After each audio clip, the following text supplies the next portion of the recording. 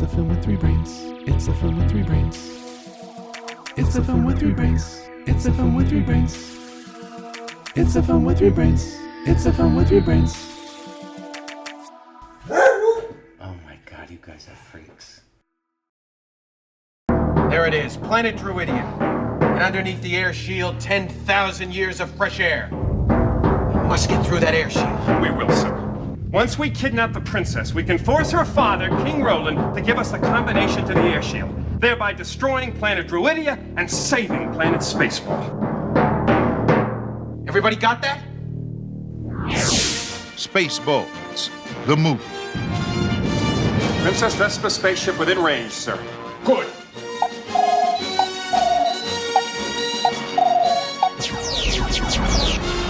What's going on? It's either the 4th of July or someone's trying to kill us!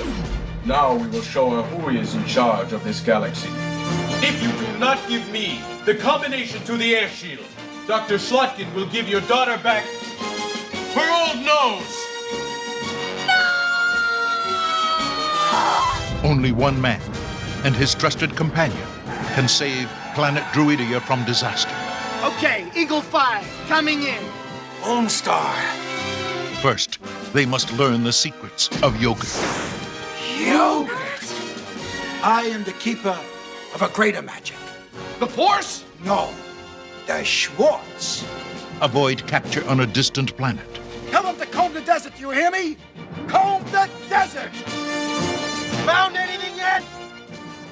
We ain't found. Battle the entire Spaceball army. My hair! He shoved my hair!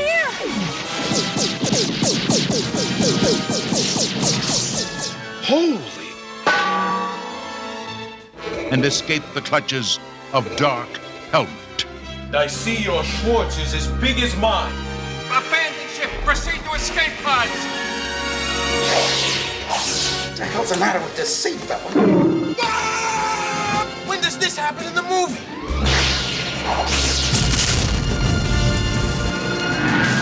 Give me paw! Spaceballs, the movie. How do I know you're not making faces at me under that thing? Hello. Welcome to the Film with Three Brains. I am Cohen in Maplewood, New Jersey. And this is Sean in Chicago. Dink, dink, dink, dink, dink, dink. Okay. Dink, dink, dink. As you may have noticed from the trailer preceding our intro, this is not The Fugitive. We are doing Spaceballs. The Fugitive is being postponed a little bit because our guest is unavailable. So we're doing Spaceballs in the interim. If you haven't heard of Spaceballs, it's a Mel Brooks film from 1987. But before we get too into that, let me just say this. We've got mail. We've got mail. All right. So we received this email on April 23rd, but we a little bit of a hiatus where we haven't done any episode in like a little over 2 weeks. So from April 23rd, this email isn't really about your 200th episode. It's about sex robots. I just didn't want this to be flagged as spam. I missed most of your review of AI artificial intelligence. I can only assume you gave it a glowing review, as it is as a fantastic film by every metric. A very poor performance from Jude Law being the only notable exception. I think I know who this contrarian is. So let's talk about these sex robots. Are we talking like Rosie from the Jetsons, or more like that garbage can the Jawas tried to pawn off on Luke's soon-to-be dead uncle? Either way, I'm in. It does seem like the brain in San Francisco seems to have quite the insight on this topic. And in parentheses, obsess much, bro? So anyway, if you have like a brochure or PowerPoint deck you can send my way, it would be greatly appreciated. Anyway, congratulations on your 200th episode.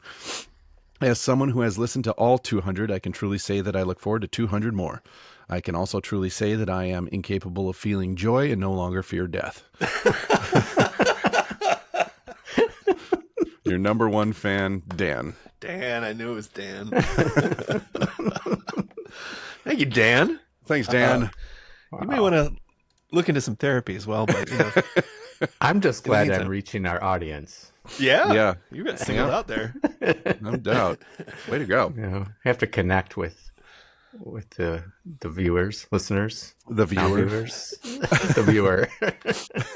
So is that an endorsement of sex robots as a topic? Like just in general, he wants more content about sex robots? I think so. Well, I guess we'll have to do. Oh, we can't do. Oh, crud. Her or the Ex No, no, no. Machina? Ex Machina, yeah. Yeah, that's. Oh, well. Maybe we'll do Spaceballs instead. Hey, that's an idea. All It right. has a robot in it. It does.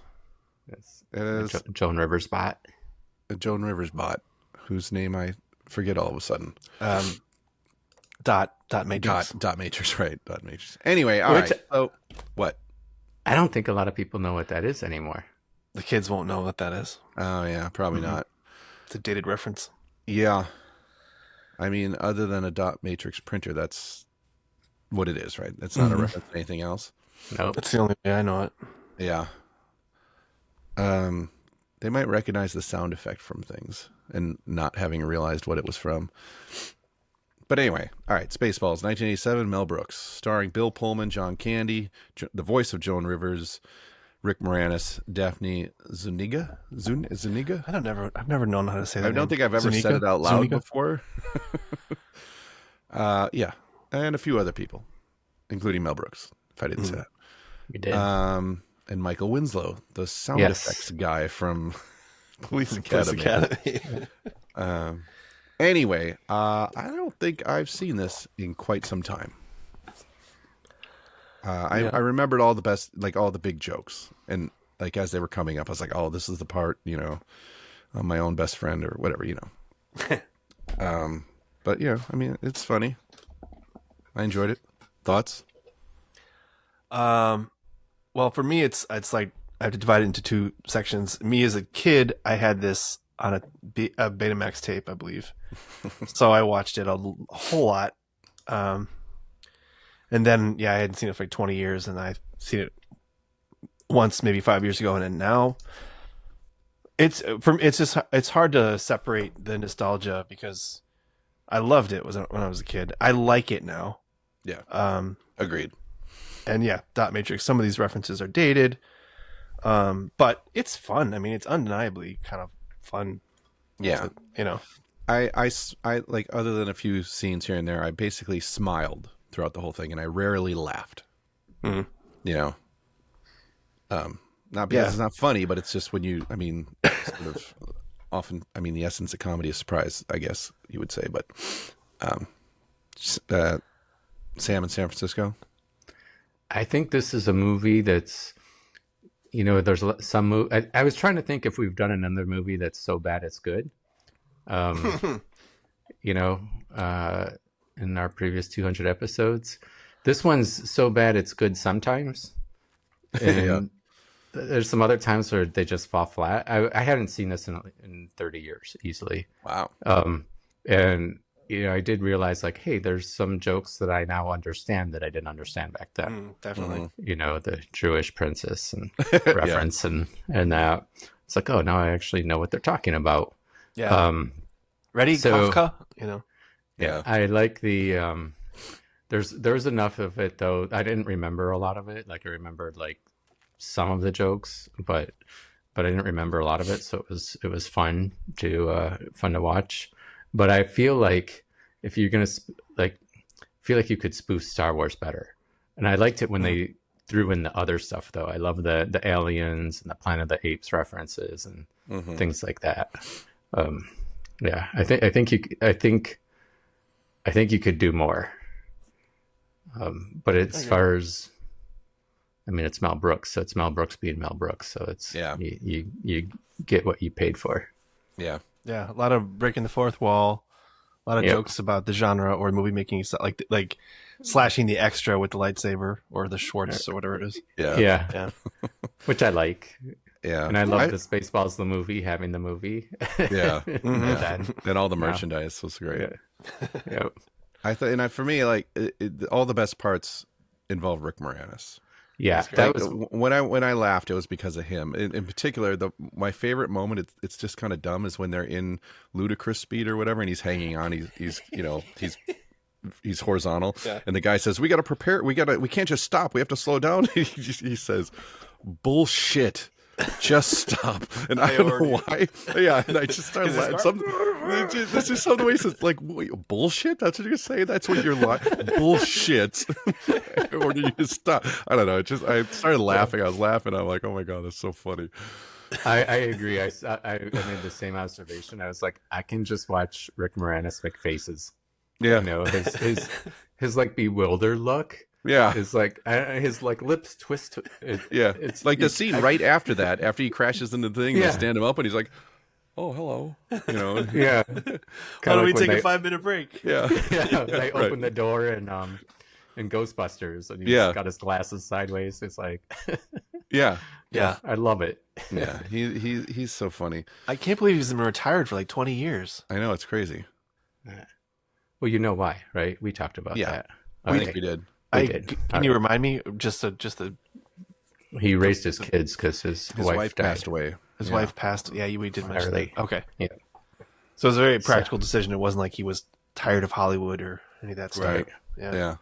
It's just being a good dad. Yeah. Do we need a synopsis or is it pointless? Yeah, I mean, it's a spoof of Star Wars where they combined Han and Luke into one character. I don't know. Yeah. I didn't remember Bill Pullman was in this. That's really? How much. That's how much I didn't know this movie.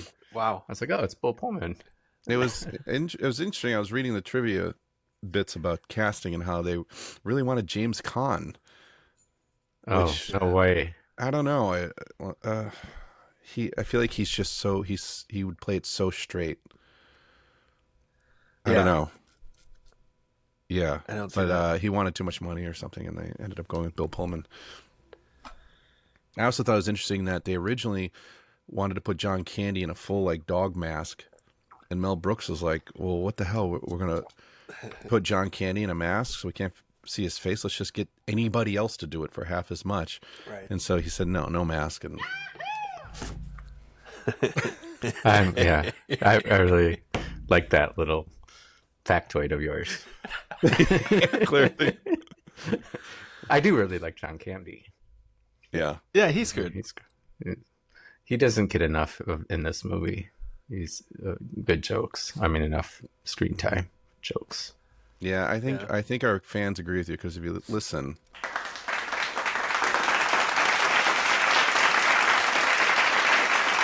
Okay. Yes. All right. Live in studio audience. We're still working the bugs out, folks, with this whole video and indeed. It's been a while. To 200, it's good to switch platforms, kind of turn everything upside down. I saved my hair for this episode. Oh yeah, that's true. So all that had those long rocking locks, and now it'll grow back. Okay, probably by next week. 200 more episodes. Yeah, I mean, I definitely like Rick Moranis, and I remember I laugh at pretty much the same things I laughed at when I was a kid, to be honest. Yeah. All the funny, stupid shit. I mean, yeah. And yeah, Michael Winslow, that part kills me. And what I noticed this time is that he actually breaks a little bit because again, Rick Moranis is so good because he goes, and he's like, now what is it? And then he goes, you know, like, and then Michael Winslow goes, I can't say it. He breaks up, because he's, you know, they kept it. I think I think that's one of the other moments too where I laughed out loud when he does that thing. No, what is it? It cracks me up. It's so good. I mean, I thought one of the other interesting casting things I read is that they tried to get Steve Martin to do Colonel Sanders, which would have been awesome. Yeah. But for whatever reason, I don't even know why he couldn't do it or didn't do it or turned it down or wanted to. I don't know. They didn't really say in that little tidbit, but that would have been pretty great. I mean, the guy who did it was good, but I don't know. I mean, Steve Martin, you know. Yeah, Steve Martin. Did he ever work with Mel Brooks on anything? He must have, right? Oh, I don't know. I don't think not. he did he? Nothing's coming I mean, to my brain. him and John Candy had have such great chemistry in Planes, Trains, and Automobiles. Although I guess Colonel Sanders and Barf don't really have too many scenes where they're directly interacting with each other. I don't think, if any. Yeah, I can't think of any. I feel like, speaking of John Candy, I feel like he didn't have a whole lot to do in this. He had a couple of moments here and there, but I don't know. I feel like he's a little underutilized, I guess. I think I said that. Did you? Well, Yeah. then I agree. Yeah. I like it when you agree. Yeah. It's good that you agree without actually agreeing. You just come up with it on your own later. Yeah. Just to prove how much you're ignoring me. You usually don't talk much, so when you do, I ignore you. Yeah. It was all my idea. All of it.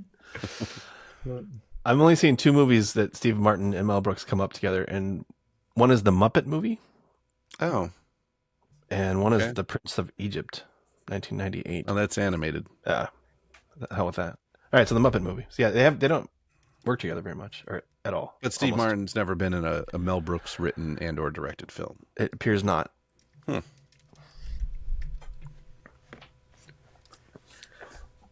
Let's see. Did you guys catch the Millennium Falcon in there? Yeah. I did this time. I mean, I think I had seen it at some point, but I forgot it was there. Yeah. When they're in the diner? Yeah, the diner. Yeah. Yeah. And I do, and then because I had watched it so much as a kid, I know that they changed the music, so they must not have had rights for Van Halen, because the diner scene starts with "Hello, baby," and then it's it's a is that Van Hagar or Van whatever? It's a Van Halen song, and they had to change it, so they must not have had the. Wasn't it? Is rights. that the scene with the Bon Jovi song? Or is No. that- Bon Jovi's song's the very beginning. Beginning, yeah. Oh, right. Yeah. Raise your hands. Right. Yeah, I didn't remember that at all. Like when we either. first see them, right? In the Winnebago. Yeah. Yep. And he goes, "Always when I'm eating." Right. Yeah. No, I mean, because it was in my brain so much. I was like that song is part of that scene, and it's not there. What are you gonna do? Interesting. They ruined it. No. I actually, that's one of the things I think you're saying that they could have done more with it. I think the music could have been more of a feature. I mean, I actually like the Spaceballs song. Spaceballs, watch out! Like that's fun. But I think they could have played up the John Williams. Yeah. Like I thought it was interesting. They done something kept with playing the Jaws theme. Right. I Like mean, they used I Jaws. don't think you know? I don't know if it's exactly the same. I mean, it sounded. It's much, not. It's very close. That's what Yeah. they were going for sure. I mean, did they have to? Do you think they have to license that? Or is I it think different enough that they didn't have to. Yeah, I mean, it's so simple. I mean, what is it? It's basically two chords, right? Like, yeah, it's 2 notes, and then if they had done that dun dun dun dun dun dun, but they didn't. Right. They sort of just do the notes. Yeah, just a dun dun. It's like our theme song. It's just different enough that legal doesn't have to get involved to not get sued. Right. Oh, and I forgot. Dom DeLuise is Pizza the Hutt. Pizza the Hutt. He's not in the suit. He's the voice. He's just the voice. Yeah. And did you see that gross. The first actor quit because he got 3rd-degree burns from melting cheese? Oh, really? Who was it? There were 2 guys. They both start with R, and I can. It's just the person in the suit. Not Dom. Yeah, Dom DeLuise always did the voice, but there's somebody moving his chin, which looks like his tongue, and it's a second guy. They'd replaced the first guy. Whoops. That sounds terrible. Yeah, I probably should have sued. I don't know if he did. Maybe he did, yeah. So the guy, do you think the guy who, what's his name, Vinny, like his Pizza Hut's sort of henchman? I mean, that's kind of supposed to look like Max Headroom, right? That's what it says. I think someone admitted it was supposed to be. Yeah, I'm surprised they didn't lean into it a little bit more. But, what are you gonna do? Yeah, like the glitching. He should have done the glitching head movement or something. Mm-hmm. Yeah. And his performance, I would think, would be a little more Max Headroomy, frenetic-ish kind of thing. Instead, he just sounded like a gangster from an old movie, you know. Kids, if you've never heard of Max Headroom, in the 80s, there was there a show about it, or was MTV Pepsi commercials? Right? It was just like bumpers on MTV, right? It was just Yeah. Or was there a show? I mean, eventually, didn't he give Max. like music news? Did he? Between the videos? He left such an impression on us.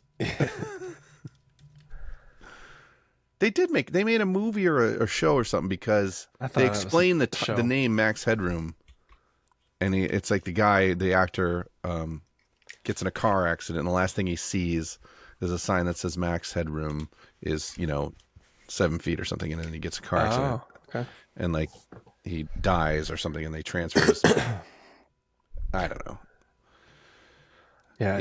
Debuted in 1985, and yeah, it is one of the 80th things of the 80s. Indeed. Yeah, here's him with Coke. Apparently, I don't know. That's new Coke or. Yeah. So anyway, I guess there was the Max Headroom show, a TV program where he introduced music videos and stuff like that. It aired on Cinemax. Oh wow! And a bunch of new Coke commercials. Yeah, so that's one of those. I mean, there's a few of those that the references are kind of random, but I assume that's because it's futuristic. Even in 85, that was a vision of the future, so he threw it in there as part of his future sci-fi parody stuff. But yeah, Wizard of Oz has nothing to do with anything. It just worked for him. So yeah, I mean, it kind of makes sense with Yoda or yogurt. Yeah. Yogurt. Yeah. I guess Mel Brooks wanted Gene Wilder to play Yogurt, but couldn't get him for whatever reason. Yeah. He says that Gene Wilder abandoned him. Yeah. To make his own movies. Yeah. Which I think is a little. I mean, I'm sure he's half kidding, but like, come on, dude. Yeah. Gene Wilder was amazing. Not that Mel Brooks is not amazing. It's just that Mel Brooks has a very specific style, and if you're not into that, or if you've done those kind of movies and you want to do something else, I can see why you wouldn't want to. You know exactly what you're gonna do when you sign up for Mel Brooks. Yeah. Was this Bill Pullman's first movie? The first one I remember. Just kind of zipping through his IMDb. Until he was in Ruthless People. That's right. That's right. Came out the year before. Huh. What came out the year before? Ruthless People. Oh. Yes. He was one of the couples, right? He was with I don't know. I've actually I've already forgotten. Like what? Who he was in that? Yes. It was at least 50 or he 60 was one of the, episodes. he was one of the kidnappers, right? I think he was like the goofy husband kidnapper. Yeah, kind of dopey. Mm-hmm. Yeah. Yep. Okay, we got it. Yeah, we still got some brain cells. I mean, yeah, film with like 2.5 brains, I guess. His, you guys know his son, Lewis Pullman, who's in Thunderbolts right now. Looks like watching Spaceballs. Like, oh man, he looks just like him. Thunderbolts / the New Avengers. Yeah, I guess that's what they say. All right. Well, let's get back to the movie that we're talking about here. Yeah. What do we want to say about this thing? I don't know. Like, it's pretty good. I don't know. I feel like my opinion of Mel Brooks movies, I think, is perhaps less than most people's. Just generally. Okay. Generally. Like, I saw Young Frankenstein not that long ago, and it was kind of similar to this. It's like, there's a lot of nostalgia going on. There was the key moments that were the funniest then last time I saw it, however long ago, were still the same. Mm-hmm. I laughed out loud 2 times, 3 times, and then the rest I just kind of smiled, you know. Yeah. I mean, Blazing Saddles is for me is his funniest movie. I think so. Yeah, I can watch that still. Yeah, and you know, it's also his sort of like his edgiest, I suppose you would say, or whatever. Yeah. This is pretty tame compared, and maybe it's just sort of when it came out, you know. I think his movies sort of got tamer and tamer as he went. Maybe that's just a sign of the times or aging, or I don't know. Yeah, I mean, I definitely was. It was wearing thin when he got to Robin Hood Men in Tights. I was like, yeah, okay. I'll watch it, but I have almost no memory of that movie. it doesn't stand out. Like the jokes aren't that great. Yeah. Well, I feel like the spoof genre is that, you know, kind of mid 70s to mid 90s. Like it, after that, it doesn't, I don't know. Maybe. Well, it had a huge resurgence when Scary Movie came out. Yeah. And then all of a sudden there was a million of them. They were spoofing everything for years. And they just got progressively worse and worse. I mean, how many Scary Movies did they make? Just the Scary Movie franchise. There's like 5 of them, wasn't there? Yeah, I think there's That's crazy. But yeah, I don't know. Most of them aren't that great. Around this one, like, didn't like Loaded Weapon come out? Yeah, yeah. Hot Shots, Loaded Weapon, Shots. the Naked Gun movies. Yeah. Like the stupid humor felt like it was a genre that had its time. It's kind of like disco. Well, there's a new Naked Gun movie coming out. I don't know if you guys heard. Yeah, starring Liam Neeson. Well, he's still alive. Wow. As I guess as Frank Drebin Jr. Mm-hmm. Yeah. So I don't know. We'll see. Oh, Liam Neeson, not Leslie Nielsen. I was like, what? I was like, oh, this seems impossible. I know. But still, why? That's a change up too for Liam. Yeah. Going from "You've got my daughter, I'm gonna kill you" to yeah. this. I mean, part of me thinks it's like brilliant casting, and part of me is like, I don't know. I saw Liam Neeson was on that show with the guy who played Wicket. Warwick Davis. Yeah. What was the show he had? Was it with Ricky Gervais? That one? Yeah. And Liam Neeson was in an episode where he played Scene Super Straight, and it was awesome. It was really funny. So I thought, well, I don't know, maybe. I think Liam Neeson can be funny. I just don't know that we're ready for the spoof genre, as we were just saying. Like, it's kind of, maybe it's. I mean, when's the last time a true spoof movie came out? I don't know. Like, it's been a while, right? Well, I always thought that Harry Pothead and the Sorcerer's Stoned should have been a movie, but they did make one though. Didn't someone make a Harry Pothead movie?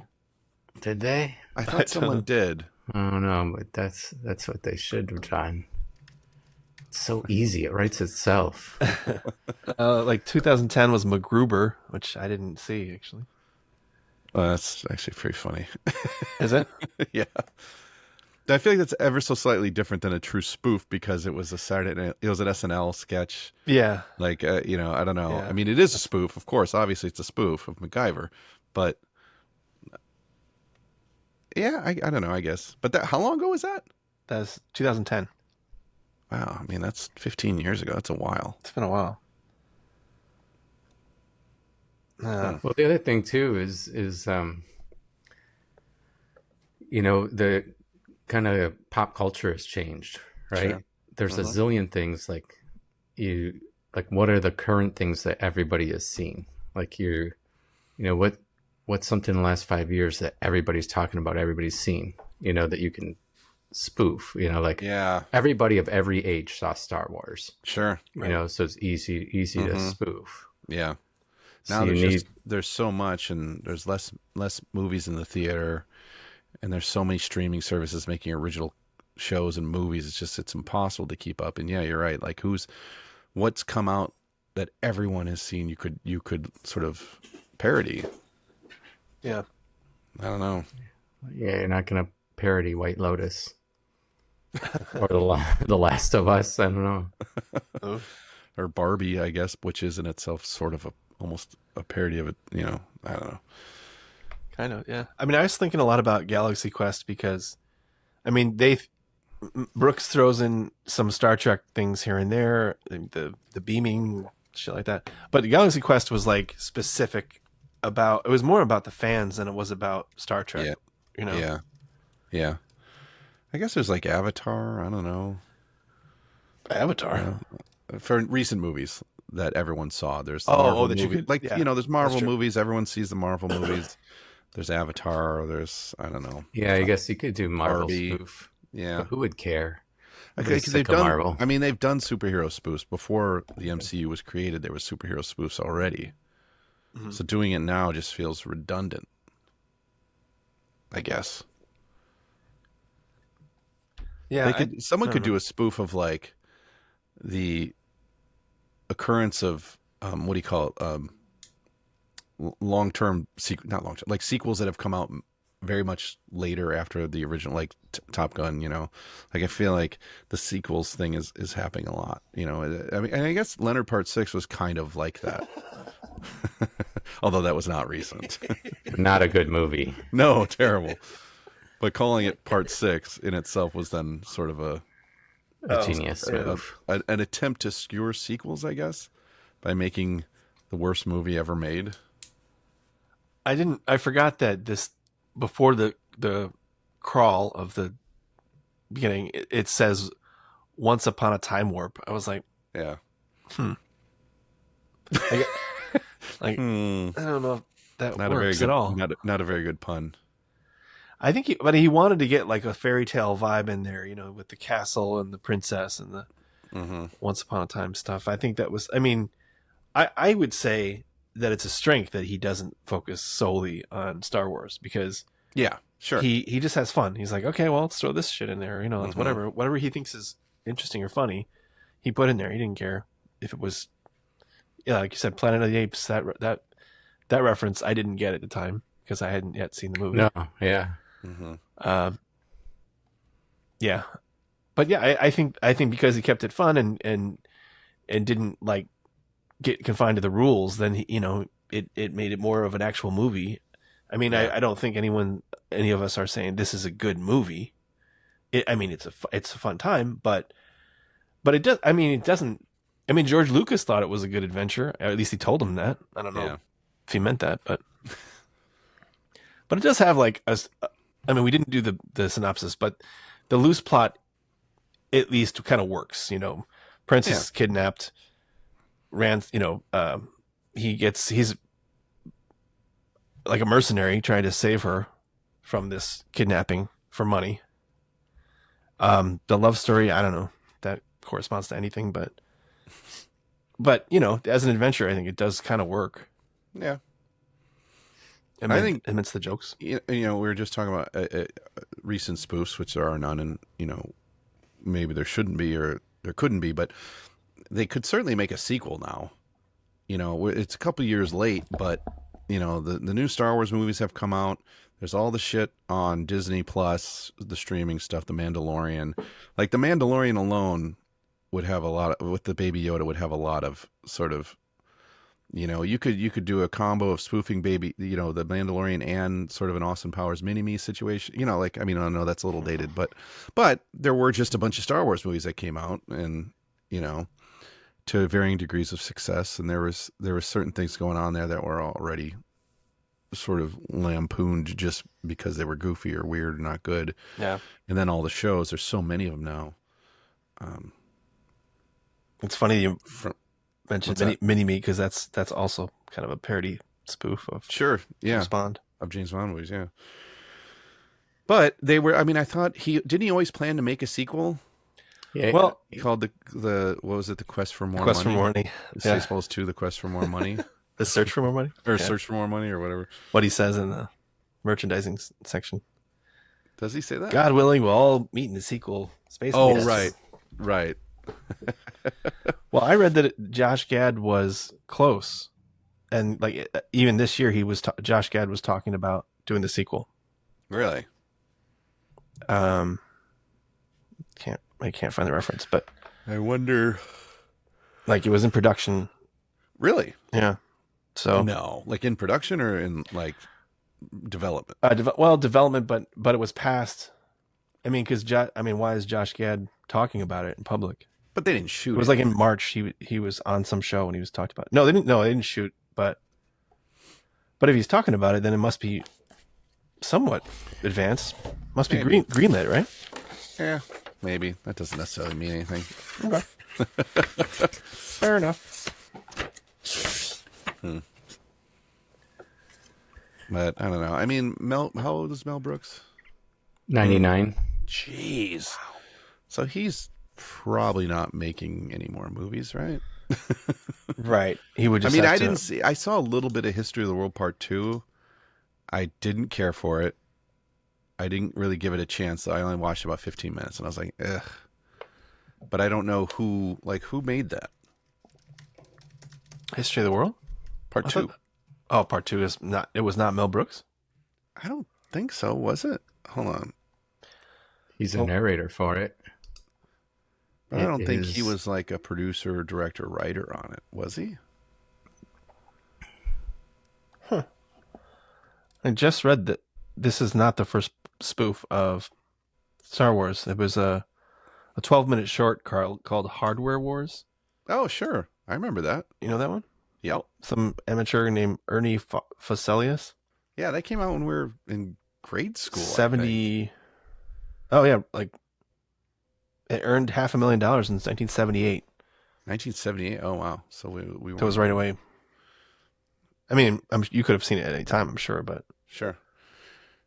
Yeah, so for History of the World Part 2, it's a series of episodes. I watched one episode. I didn't like it. Maybe 2. 4 different directors, one of them being Nick Kroll, directed all the episodes. None of them were Mel Brooks. Mel Brooks, well, I guess sort of was a writer. He did some narration. He did narration. And then there's 8 episodes, and the writing 1, 2, 3, 4, 5, 6, 7. There's like 10, 12 writers are all credited all together on all 8 episodes, including Nick Kroll, Wanda Sykes, Ike Barinholtz, I don't know, a bunch of other people, but I feel like Mel Brooks wasn't the driving creative force on it. But I think you can tell. Wow, the cast list is long. Dang. Includes Josh Gad. So Mel Brooks was an executive producer,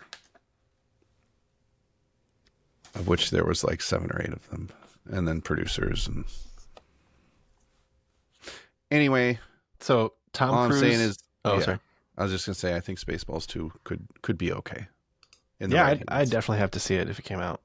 Yeah. Tom Cruise and Tom Hanks were both considered, and they both turned it down. But was that 1987? Right? I think it's right. I mean, Tom Cruise was already a pretty big star in 1987, wasn't he? Yeah. Post Top Gun. But Tom Hanks probably wasn't that big a star yet. Well, Big came out in 1988, right? And that's what launched, or I shouldn't say launched him. It definitely took a huge step forward. Oh yeah. Splash was 86, I think. Yeah. Or maybe earlier. No, way earlier. Sorry. It wasn't Splash 84. Yeah, it's earlier. Sorry. But I think he was just going a different direction with his career at that time. Yeah. Oh yeah. So Tom Cruise, he had Risky Business is what really Tom Cruise that propelled him, and then Top Gun really. And he did The Color of Money that came out the same year as Top Gun. So yeah, he's already in. I mean, he was in Taps, The Outsiders, All the Right Moves, like legend. Not that it was good, but whatever. But yeah, and then Tom Hanks. Interesting. This is one of those movies that has a couple lines that pop into my head that I don't remember what they're from anymore. Mm-hmm. I knew it. I'm surrounded by assholes. Like I should remember what that's from, but it is something that pops into my head. Yeah. I actually had this patient who was in his mid 80s, and I noticed his socks, and it said there are assholes everywhere on his socks.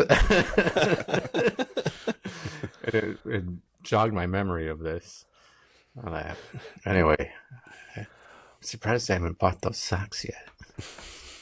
That just reminded me, I've definitely seen a made-for-TV version where they don't use asshole. I think they say morons. Oh, yeah? Which would make sense because they were going to call it Planet Moron. Oh, yeah.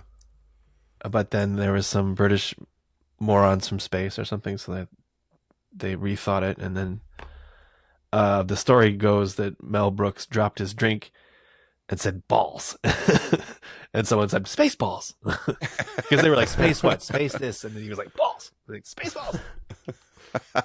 Not sure if it's true, but it's funny. That's great. But yeah, Planet Moron, I don't think would get their point across nearly as well as Spaceballs. Yeah, it's a little on the nose. Well, also, like, just because you have planet in the title doesn't mean it's a space movie. You know, like Star Wars, like everybody knows what that. Before you ever start Star Wars, you're like Star Wars, yeah, you get that. And Spaceballs, like you don't know what they are, but I don't know. I just don't understand why you'd even try to go with Planet Moron. Yeah.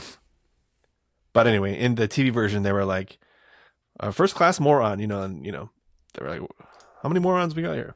Maybe it's idiot. I don't know. But there was definitely another version. I mean, moron, I think, makes sense because you're right about the title. So yeah. I wonder if they shot that before they changed the title, or if that's just or if they shot two versions for TV. I don't know.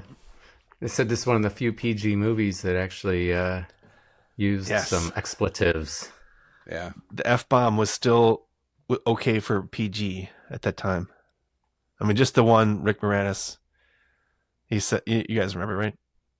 No. Out of order. Play it back for us. Fuck. Even in the future, nothing works.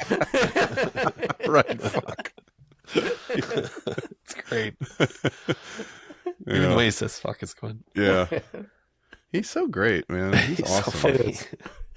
I feel like I never really appreciated Rick Moranis when we were kids.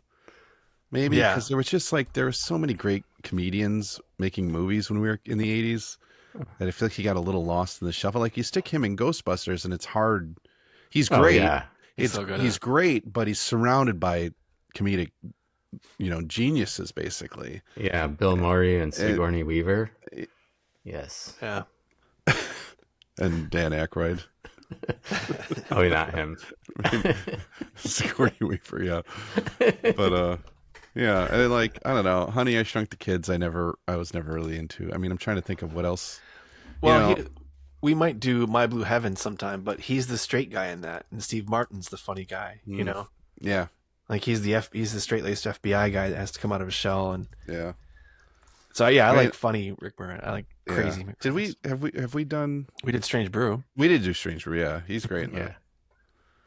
Yeah, that Rick Moranis. I feel like he really gets to shine in Strange Brew because the other guy is Dave Thomas. Is it Dave Thomas or Paul Thomas? Yeah, Dave Thomas is fine. He's fine. He doesn't stand out, but he's fine. But Rick Moranis and I think because that Rick Moranis shines even brighter. You know. Yeah. Oh yeah, and their banter is so good. Yeah. Their shtick that they worked on. Huh. Okay. What else? I feel like there's some important stuff, but I'm not sure what is important to impart to people. Like, yeah. If you weren't, I don't think it matters if you weren't into Star Wars either. I mean, it doesn't matter. No. Yeah. It's part of, like you said, it's part of pop culture, and everyone knows the general, you know, or they know most of the characters. Yeah, you know, they know. There's a C-3PO, and that's supposed to be Dot Matrix. You know, I get it. Is Dracula Dead and Loving It the last movie he directed? Mel Brooks. In 1995, is that accurate? It looks like it. Dead and Loving It. Well, while we have a pause, I'm gonna just nitpick IMDb. Oh yeah, yeah. If you make a mistake, well, no, it's not. There's not necessarily, but like if you go down into the spoilers and all the nitty gritty, most of which was nothing new. Like there were 20 or 30 references to the novelization by R.L. Stine. You know, the book that they wrote after. R.L. Stine did the novelization. Yeah, I don't know. Weird. R.L. Stine writes the Goosebumps books. Yeah. Yes, pre Goosebumps. It's and his version was a young adult. It had some, changes to make it more child friendly. But yeah, I mean, there were just so many references to in the novelization there was this little bit, and they would just explain a whole extra scene that wasn't in the movie and it had nothing to do with the movie, and I'm like, okay, Yeah. well, I mean, we are talking about movies on the movie database, not books. I can see how that would upset you. Yeah. I want to be dumb. Well, while we're complaining, there was a bad edit in this movie.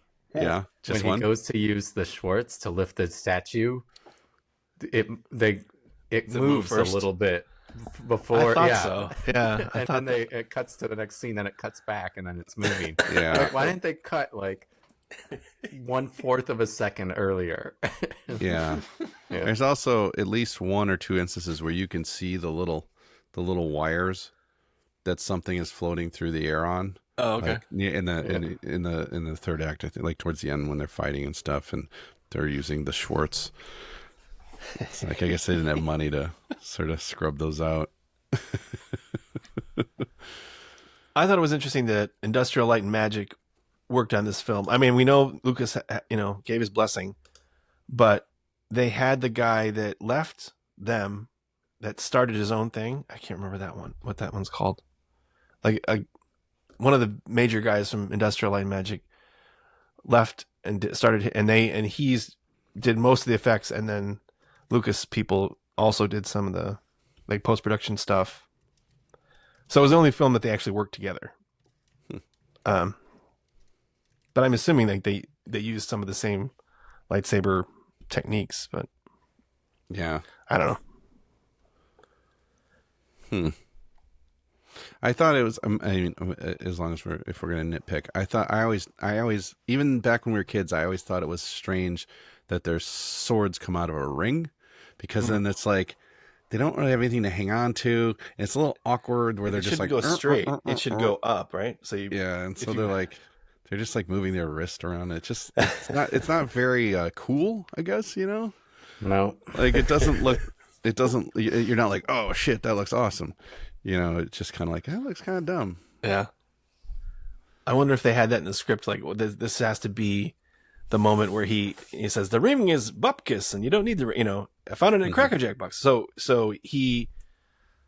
that's his final lesson. Lone Star knows that the Schwartz is in him and blah, blah, blah. Then I just assuming that they wrote that.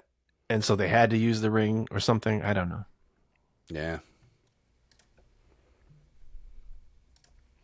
It ruined the whole movie. Yeah. It's crap. Not really, I guess, but whatever. All right. Well, I didn't realize until this viewing that woman, I know it's supposed to be the whole crew of Alien. You know, you get the bandana and everything, but I didn't realize how much that woman looks like Sigourney Weaver. Oh, yeah. That's supposed to cast her let's get someone that looks like her. And I'm like, oh, it does kind of look like her. Yeah. I never really thought about it. Yeah, it does. And John Hurt really looks like John Hurt. Yeah, it's uncanny. I mean, yeah. Yeah, John Hurt impression is spot on. Yeah. No flaws there. Well, I think it's funny because he thought it was going to be in and out, and then he did a whole he did to do special effects again. Yeah. And he's like, well, I guess I should have asked for a salary. He did it for, as a favor to Mel Brooks. I bet he was on set 3-4 days. Yeah. I'm still trying to decide if the singing and dancing alien is funny or if it's just weird, it's kind of like the frog singing and dancing. It's supposed to be the frog, yeah. It is the frog. But I don't know. Does spoofing a Bugs Bunny cartoon work? For us, it did because we were 10. Sure, 12 sure. Yeah. Yeah. Yeah. Just set up the check, please, and the. Yeah. What did he order? He had the special. Yeah. Change my order to the soup. It's perfect. That's perfect. Well, yeah, I think that sums up the whole kind of movie. It's like there's an interesting thing. There's lots of stuff to look at, all these little references. And it's a pretty funny scene, but there's also like a bit in there that doesn't really work. And it goes on just a few seconds too long. And you're like, okay. Yeah. It's kind of But also, I mean, there's enough of like they're really trying. So yeah, there's a lot of jokes happening pretty regularly. And, some aren't going to land, some are. But I don't know. I mean, when we were kids, they all landed. Now it's like some land. And others just sort of like, okay. I don't remember too many where I was like, ugh. Yeah. The Mr. Coffee thing. I like the Mr. Coffee thing. But I didn't know that the styrofoam cup was just that was getting left around sets. The crew was leaving those around, so they just like, oh yeah, use styrofoam, who cares? Or I mean, I don't know if they wrote the scene without him drinking the coffee, or I don't know. But they left in the styrofoam, even though it wasn't very spacey. Yeah. Yeah, this is a movie that could have used the post credits bloopers. Yeah. And I'd like to know, a little more like what was ad libbed. Like John Candy's "That's Gonna Leave a Mark." Yeah, was ad libbed, and the whole doll scene. The doll scene. I love doll scene. Yeah, I mean, if you cut it down to just the funny stuff, you'd have like 30 minutes of a really hilarious movie. Yeah. It's kind of like this review. Yeah. Yeah, we should probably. You cut it down to 30 seconds, you have like 25 seconds of really good material. Indeed. Yeah. There 5 is seconds. There is like a 9-minute behind the scenes thing on YouTube about Spaceballs. It's not really outtakes so much as just sort of, I guess, a sort of a straight behind the scenes thing. I don't know. It might be good. Might be interesting. Huh. Is it my pick next? Well, next we'll be doing The Fugitive. Yeah, but what if we don't? Then it's my pick. You still gotta wait. Oh, okay. Good. Perfect. I think for now we can assume we'll be doing The Fugitive next. Well, can I guess something else anyway? Sean, are you ready to reveal your pick? Ready to reveal my pick? Heck no. Okay. I see no reason to do that. Yeah. He doesn't even have a pick. I actually do have a pick. You don't have a pick. I have a pick. Oh man, is it from 1994? Frank Sinatra. No, I think it was a 70s one. Where is it? Well, if you think you don't have one. No, I wrote it down. Uh-huh. But you just can't remember what you wrote and where you put it. No, I have it. And it's on a bunch of networks, and it's old. It's an old movie. All right, good. All right. I won't change it. Gives me something to think about. Yeah. I think next time we'll guess it after we talk about The Fugitive, just from you saying it's an old movie. Yeah. That pretty much gave it away. Yeah. Not a chance. Yeah. Not a chance. No. Oh no. Yeah. Yeah. So there you go. That means it's a movie that's in this that no one's ever heard of. That we haven't heard. It's like a movie made in the 70s set in the 20s. I do like those.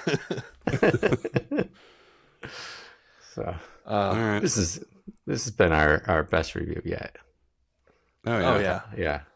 I think the new platform's really working out. Yeah. Number one. It is. Yeah.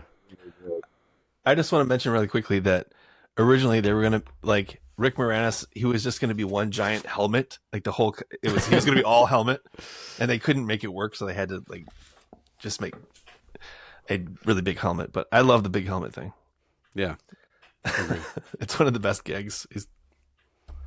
And I mean it's also, again, because Moranis is great, the way he changes his voice when he shuts the thing and he opens it. He sounds like a whiny jerk with it open, like David Prowse a little bit. Yeah. And then he sounds more like Darth Vader. And the sand helmet. That was so great. I actually was proud of myself because I recognized the music from when they got on the planet from Lawrence of Arabia. Yep. I was like, that's Lawrence of Arabia music, but I haven't watched Lawrence of Arabia in like 30 years either. So, yeah. So I was happy. Impressive. I was like, brain still works sometimes. All right. Nice. All right. That's enough movie buff. I'm out. All right. What a Awesome. world! What a world! Oh, Yeah, our fans are cheering a great episode. wow. Yeah. All right. I guess Well, we're done. Next time, The Fugitive. Thanks for listening. Bye. It's the Fun with Your Brains. Ironing out the kinks.